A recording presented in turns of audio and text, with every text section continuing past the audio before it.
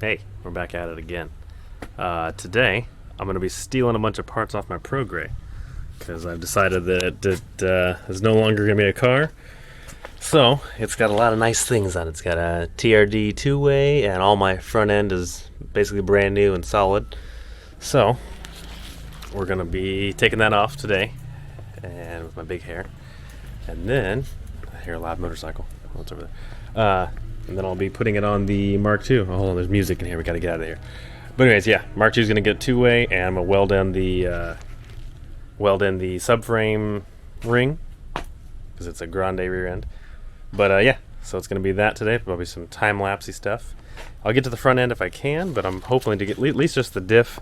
And then I think I'm going to toss the factory seat back in the Progres and just start taking things off. Like maybe I'll put the steering wheel back together with the stock one to get it ready to part out / junk. And yeah, that's what we'll do today. Hey, look, it's me. But okay, stay tuned.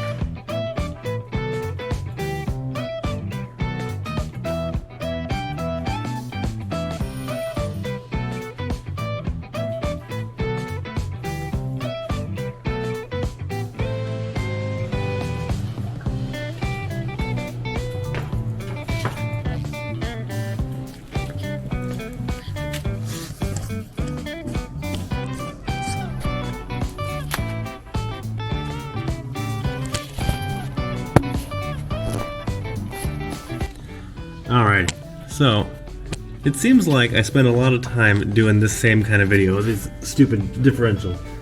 But if you remember the last time, I talked about how if it's a non-Tour V or a non-Progres, they don't have this other bushing, which is ridiculous.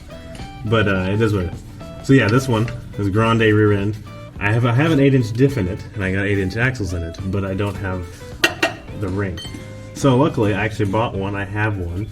And I have solid bushings in, so I think that today we might actually do that as well.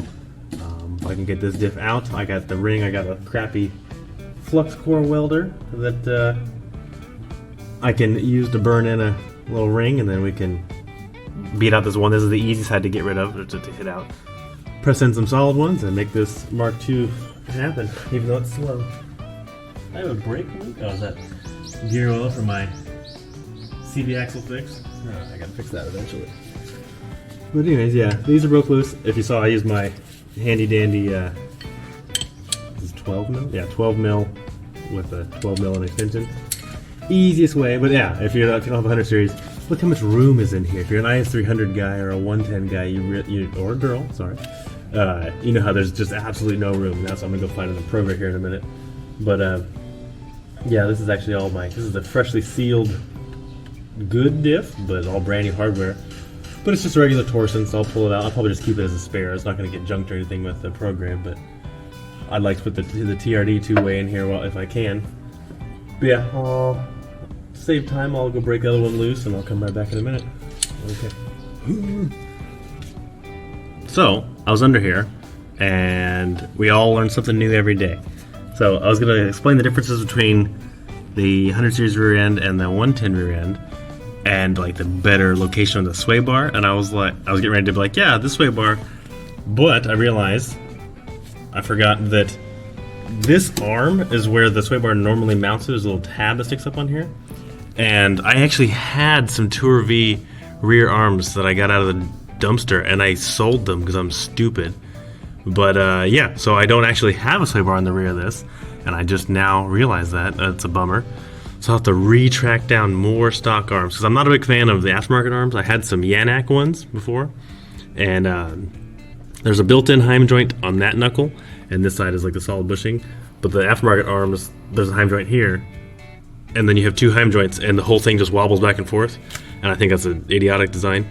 So I I took them off, but I sold those to Brandon a long time ago. But yeah, so I don't have sway bar, which explains a lot. But these cars are still pretty stiff in the rear, so I'm not super worried about it. But it's just something to track down in the future. But yeah, I'm probably not going to film me pulling this diff out because you've already seen that before. So I'm not going to do one of those guys like, oh yeah, just take my diff out. Yeah, so I'm going to go ahead and yank that out, and then I will film probably the hammering to see if my methods have improved for removing this bushing. I'm pretty sure I'm better at it now.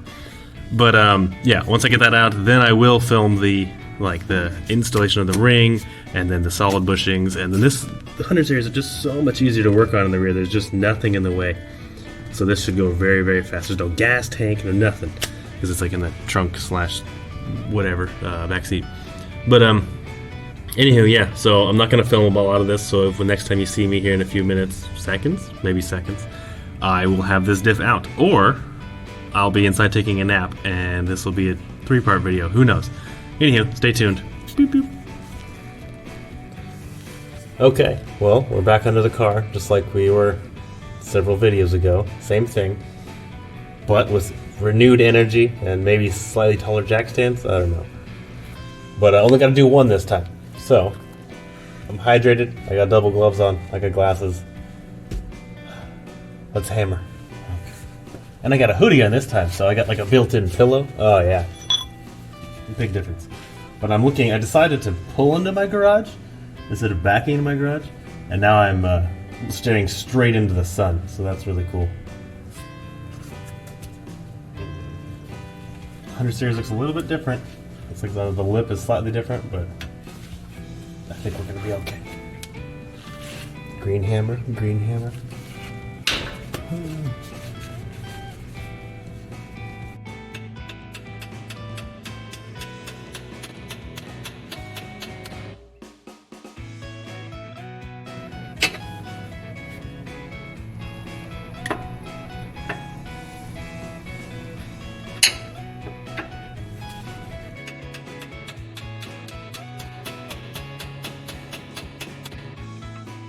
I'm so happy I only have to do one, but I have to do Chica's car eventually, and I'm just dreading that day.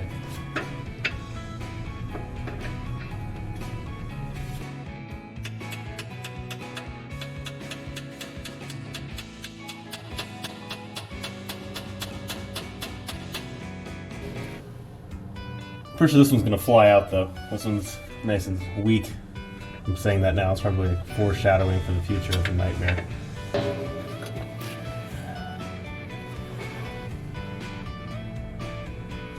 No, it's already moving, so GX100 for the win.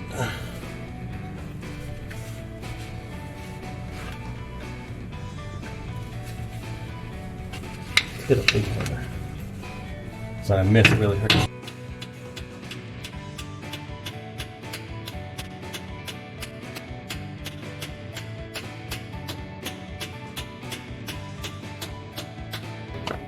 Oh.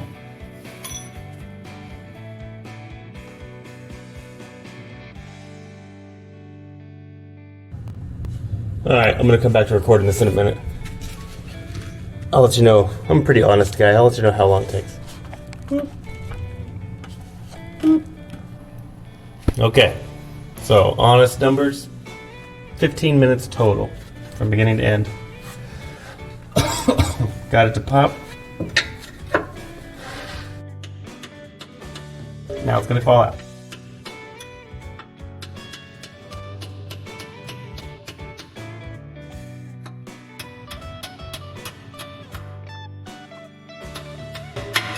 Ooh, you got me, but it's out. Okay, let's go inspect. Okay, so I'm definitely losing my voice, so just gotta bear with me. This is our bushing that came out. We're all familiar with these. I've knocked out several. This one, super easy, not a whole lot to it. Just worked it around, starting from the bottom, came right out. But we're missing a ring on that side, so ta-da! We've got some KTS. I believe this is KTS. Looks like KTS. Usually the blue stuff is cheap and it's KTS.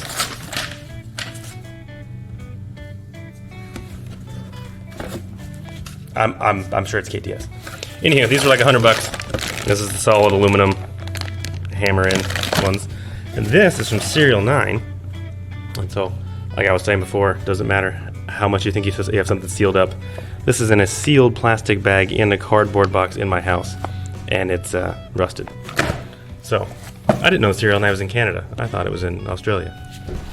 I'm dumb. So anywho, let's get to hammering in, and this one should just set right in there. I'm probably gonna wire wheel it because Jesus, that looks terrible. Bad drivers.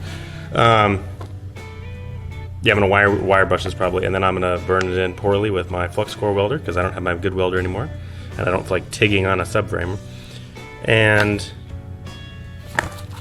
we'll do that, and then I'll update you guys, and then we'll install this. Oh god, I still gotta pull the other one out of the program, but whatever. I'll get to it. I have time. Okay.